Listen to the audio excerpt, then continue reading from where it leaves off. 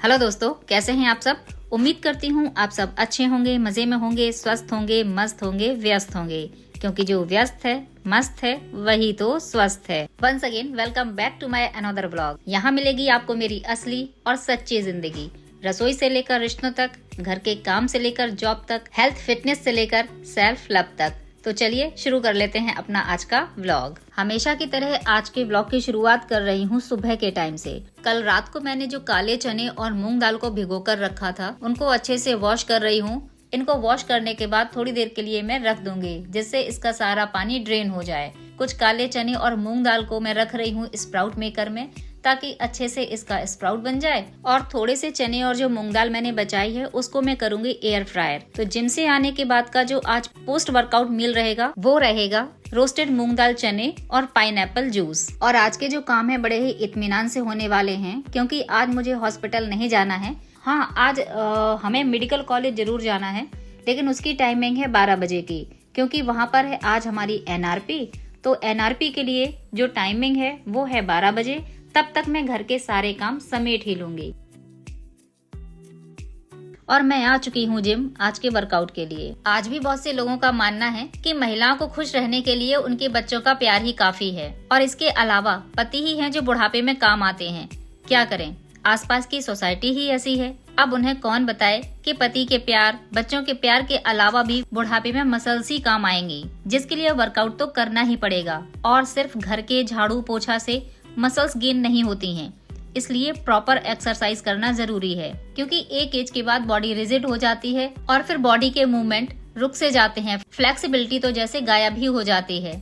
इसीलिए proper exercise करना जरूरी है, और वो एक जिम में ही हो सकता है। क्योंकि आपको नहीं पता कि हमें क्या करना है, कैसे करना है, कौन सी एक्सरसाइज करनी है, जिससे हमारी बॉडी अच्छे से मूवमेंट कर पाएगी, फ्लेक्सिबिलिटी बरकरार रहेगी और मसल्स भी गेन होंगी। इसलिए हमें ऐसी जगह पे आना है जहाँ पर ट्रेंड लोग हों, जो हमें चीजों को बता सकें, और वो जिम से बेहतर कोई जगह हो ही नहीं सकती। क्योंकि यहाँ पर full body workout weekly rotation में होता रहता है, जिसमें बॉडी की हर एक मसल इन्वॉल्व होती है। और भी कुछ महिलाओं का मानना तो ये तक होता है कि जिम करने से मर्दाना बॉडी बनती है, लेकिन ऐसा नहीं है। इस बारे में मैं फिर कभी आपसे डिटेल में बात करूंगी। तो जो आज का डे है वो है पुश डे। तो आज का जो वर्कआउट था उसमें मैंने सारी एक्सरसाइज करी। और पुश डे वाला जो वर्कआउट है वो आपके चेस्ट, शोल्डर की स्ट्रेथनिंग, पोस्चर इंप्रूविंग, मसल्स हाइपरट्रॉफी और रोजमर्रा के कामों में ताकत लाता है।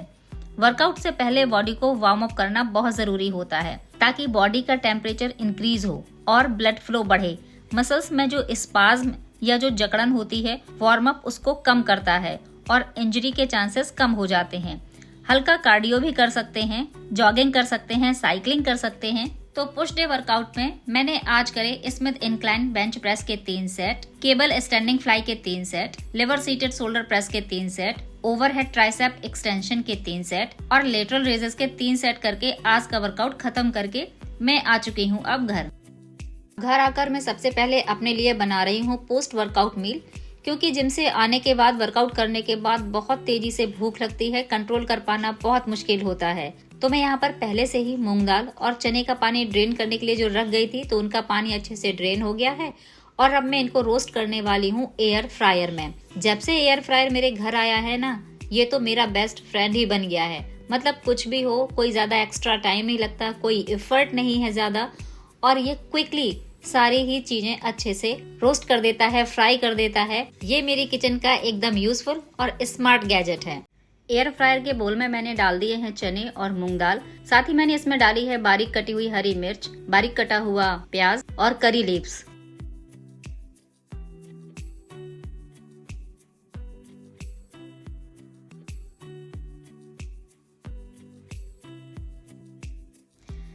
और जब तक ये एयर फ्रायर अपना काम करेगा, चने और मूंग दाल रोस्ट होंगे। अब मैं बना लेती हूँ अपने लिए पाइनएप्पल जूस।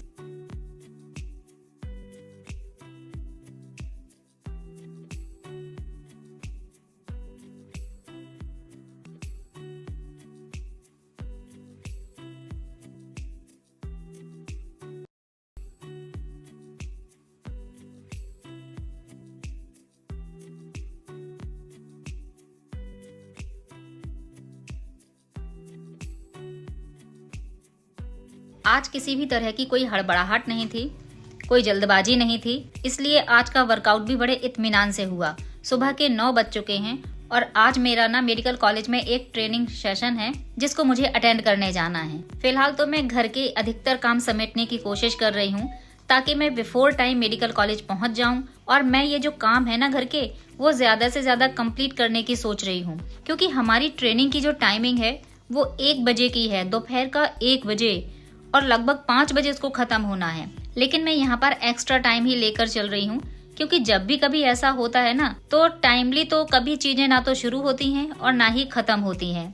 शुरू होते होते भी 1 घंटा तो डिले हो ही जाएगा और खत्म 1 घंटे 1.5 घंटे से ऊपर ही मान लो, ऐसा होता है। इसीलिए मैं दोनों टाइम का खाना भी बनाकर ही जाऊंगी, क्योंकि आने के बाद तो फिर बॉडी इतनी एग्जॉस्टेड हो जाती है, मतलब फिर तो काम करना एकदम इम्पॉसिबल सा फील होता है। चने भी हमारे यहाँ पर रोस्ट हो चुके हैं और जूस भी बनकर रेडी हो चुका है, तो बस अब जल्दी से कर लेती हूँ मैं नाश्ता।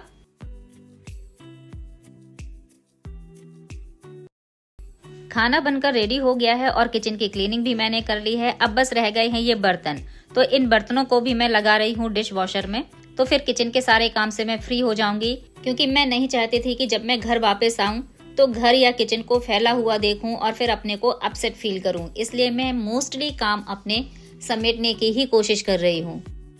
मेरे इस डिश वॉशर को 1 ईयर पूरा हो चुका है और अभी तक इसमें कोई प्रॉब्लम नहीं आई है। बस थोड़ी सी बातों का ध्यान रखना पड़ता है इसमें। जब भी आप बर्तनों को डिश वॉशर में लगाएं तो मेक श्योर कि आपके जो बर्तन है उसमें कोई एक्स्ट्रा गंदगी ना लगी हो, मतलब जो जूठन लगी रहती है ना, मोटा मोटा सा होता है, वो आप उसको हटा दें, निथार लें एक तरीके से, पानी से उसको हटा दें, उसके बाद ही डिश वॉशर में लगाएं। देखिएगा आपके बर्तन बहुत ही चमकीले साफ सुथरे निकलते हैं। इस तरह बर्तन लगाने से आपके डिश वॉशर का जो इनलेट है या फिर जो वाटर ड्रेनेज पाइप है वो चोक होने का डर नहीं रहता और आपका जो डिश वॉशर है बहुत अच्छी तरीके से परफॉर्म करता है।